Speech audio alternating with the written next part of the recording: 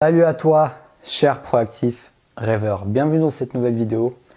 Et aujourd'hui, j'aimerais te parler de l'importance de faire des recherches.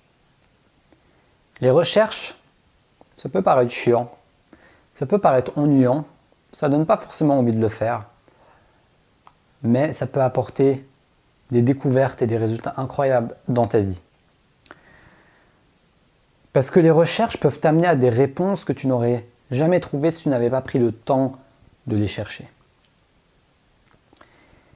Et on vit dans une ère aujourd'hui où le savoir se diffuse par Internet, par les livres, par les séminaires, par les rencontres. Et ça va très vite. Il y a plein de nouveaux savoirs, il y a plein de nouvelles connaissances chaque jour.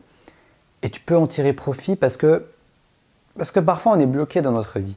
Parfois on a un truc qui nous bloque complètement et on n'arrive pas à le dépasser.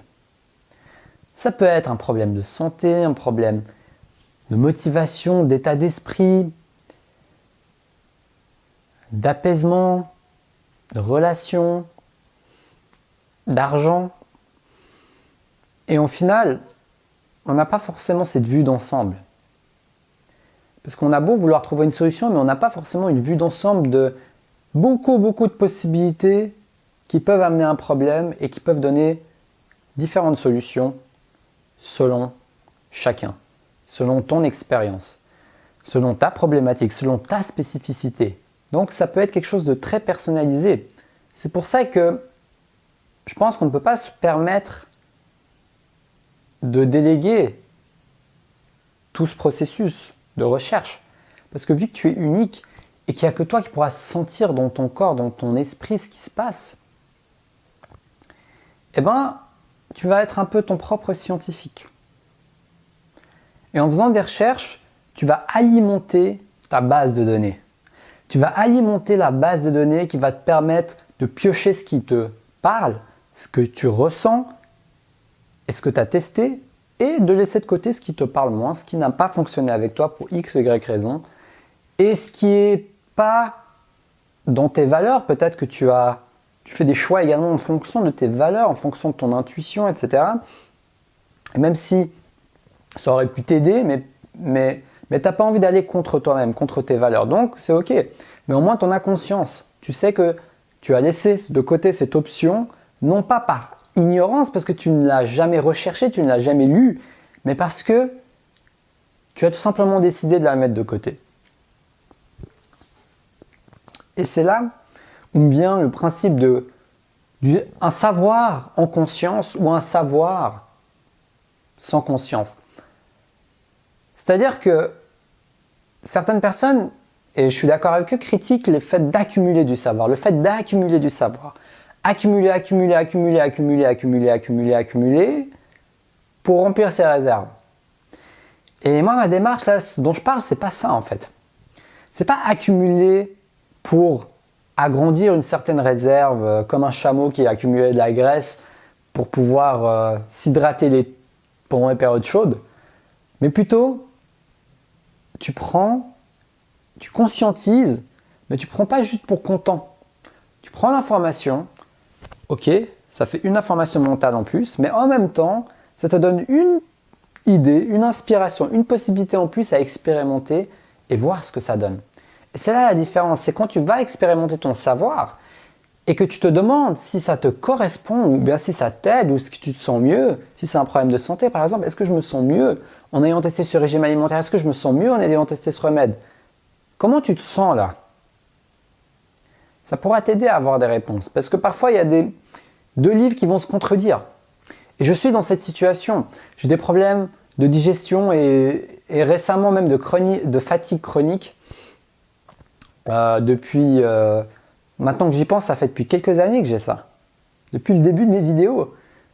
Mais je sens que ça devient de plus en plus handicapant dans mon quotidien. Je commence à le sentir de plus en plus. Donc là, je me suis bougé les fesses pour approfondir ma connaissance. Que ce soit d'aller voir des spécialistes, des médecins, des nutritionnistes, ou de lire. Rien qu'Internet, juste récemment, ces derniers jours, ces dernières semaines, j'ai vu des articles qui m'ont vraiment permis de mieux comprendre mes symptômes. Donc sans rentrer dans les détails, parce que ce n'est pas le but de cette vidéo.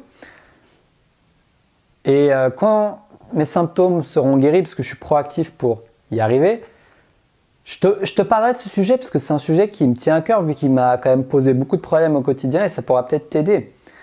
Mais là, je te parle plus de manière générale, peu importe le problème que tu as. Il y a une solution. Peut-être que certains problèmes, la solution sera tout simplement de lâcher prise et de ne pas chercher à le résoudre. Et ça, c'est pas toujours facile. Parce que il y a des choses qui sont en notre contrôle, il y a des choses qui ne sont pas en notre contrôle. Mais là, je te parle des choses qui sont en ton contrôle indirectement. Ça ne veut pas dire que directement tu peux appuyer sur un bouton on et off et régler ton problème. Mais ça veut dire que si tu agis, tu te renseignes, tu fais des recherches, tu expérimentes, tu testes, tu renseignes. Et ça demande une certaine persévérance. Parce que moi, pour te dire la vérité, au bout de 2, 3, j'ai lu à peine un livre. Après, je me suis dit, bon, c'est sûrement suffisant. Et puis après, j'ai un peu tourné en rond, je me suis perdu, je ne savais pas d'où ça venait. Je suis allé sur une piste à droite, une piste à gauche, alors qu'en fait, ça n'avait pas à voir avec ça, c'était plus lié à un problème plus profond. Donc au final, c'est pas facile ce processus, parce que tu peux, tel un détective, aller dans des fausses pistes. Tu vas voir quelque chose, ah, c'est pas la bonne piste. Ah, non, non, ah bon, bah je recommence à zéro, alors mes recherches. Ça peut être frustrant hein, parce qu'on investit du temps, de l'énergie, même de l'argent. Avoir des spécialistes, des coachs, enfin peu importe ta problématique. Mais qu'est-ce qui fait la différence entre la personne qui va réussir à trouver une solution et la personne qui ne va pas trouver de solution? C'est sa capacité à persévérer, sa capacité à continuer à s'informer, à apprendre et à tester, apprendre, tester, apprendre, tester. Parce que c'est comme ça qu'on avance, à mon avis. C'est en faisant des erreurs. Peut-être que tu vas tester, tu vas faire des choses. Et en fait, c'était complètement de la connerie de faire ça pour toi. Ça empire ton état actuel des choses. Peu importe le problème ou la solution que tu cherches. Mais c'est ok parce qu'au moins, tu es proactif. Au moins, tu fais un pas. Au moins, tu lis un livre. Au moins, tu lis un article. Au moins, tu regardes une vidéo. Au moins, tu poses une question à quelqu'un. Au moins, tu te poses des questions à toi-même. Tu te demandes, est-ce que ce que je suis en train de faire me semble idéal? Est-ce que je me sens mieux? Est-ce que ça marche? Peut-être j'ai besoin de patienter un peu, mais ou alors est-ce que je me sens encore moins bien qu'avant? Il n'y a que toi qui pourras répondre à ça. Il n'y a que toi qui pourras y répondre. Donc voilà, c'était le partage du jour, l'importance de faire des recherches, diversifie tes sources, Internet, des livres, des vidéos, des documentaires, des spécialistes, des amis, des rencontres. Il y a plein de possibilités de nos jours. N'hésite pas à être attentif aux signes que l'univers t'envoie. Parce que quand tu as un problème et que tu galères, eh ben, c'est qu'en général, c'est que tu as une leçon à apprendre. Tu as quelque chose à apprendre. Et l'univers essaye de t'aider, parfois de manière subtile, parfois de manière beaucoup plus évidente, à apprendre ta leçon et résoudre ton problème. Mais le truc, c'est que ça demande d'être conscient et présent pour voir ces signes. Et ça demande de se remettre en question pour oser changer nos habitudes, nos comportements, etc. etc. Et ça, c'est la partie la moins facile dans ce processus de faire des recherches. Parce que peut-être que tu n'as pas envie de faire des recherches.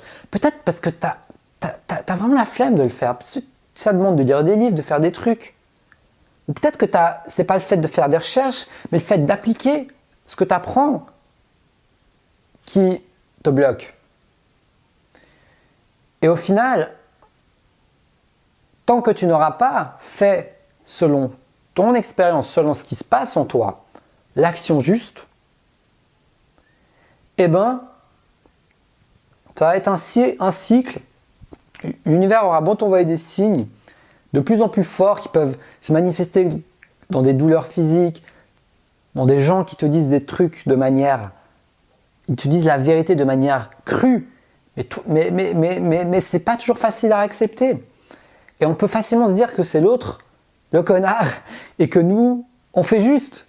Et parfois, c'est pas forcément ce que tu as besoin de te dire pour pouvoir aller de l'avant. Donc vraiment, sois attentif. Sois attentif. Et finalement, faire des recherches, ça implique également un principe qui me tient à cœur, c'est le principe de responsabilité. On est responsable de ce qui nous arrive. Peu importe ce qui t'arrive, même si ça vient de l'extérieur, même si ça a l'air de venir complètement de l'extérieur, tu es responsable. Quand ça t'arrive, après, c'est à toi de gérer ce qui t'arrive. Donc, avoir le soutien et l'aide des autres, c'est super, mais en même temps, n'oublie pas que tu peux choisir, pendant ton temps libre, pendant tes possibilités, avec tes ressources, de faire un pas en avant, de faire des recherches, de t'informer et d'expérimenter et de voir ce qui te parle dans ce qui te pose problème et de trouver ta solution. Voilà, c'était une vidéo sur l'importance de faire des recherches de manière globale. J'en parlerai sûrement sur des sujets plus spécifiques, notamment où je partagerai mon expérience sur les soucis que j'ai en ce moment en termes de digestion, de fatigue, etc. Mais dans tous les cas, je te souhaite une très belle journée, cher Proactive Rêveur, et en espérant que cette vidéo t'ait apporté quelque chose, une inspiration, une utilité, une prise de conscience. Donc si tu as envie d'une séance de coaching avec moi, je te mets un lien dans la description de la vidéo, tu pourras réserver ta place en me contactant par email. Et puis n'hésite pas à me dire ce que tu en penses dans les commentaires. Et puis je te dis à la prochaine pour une prochaine vidéo. Et surtout, reste connecté à ta flamme intérieure.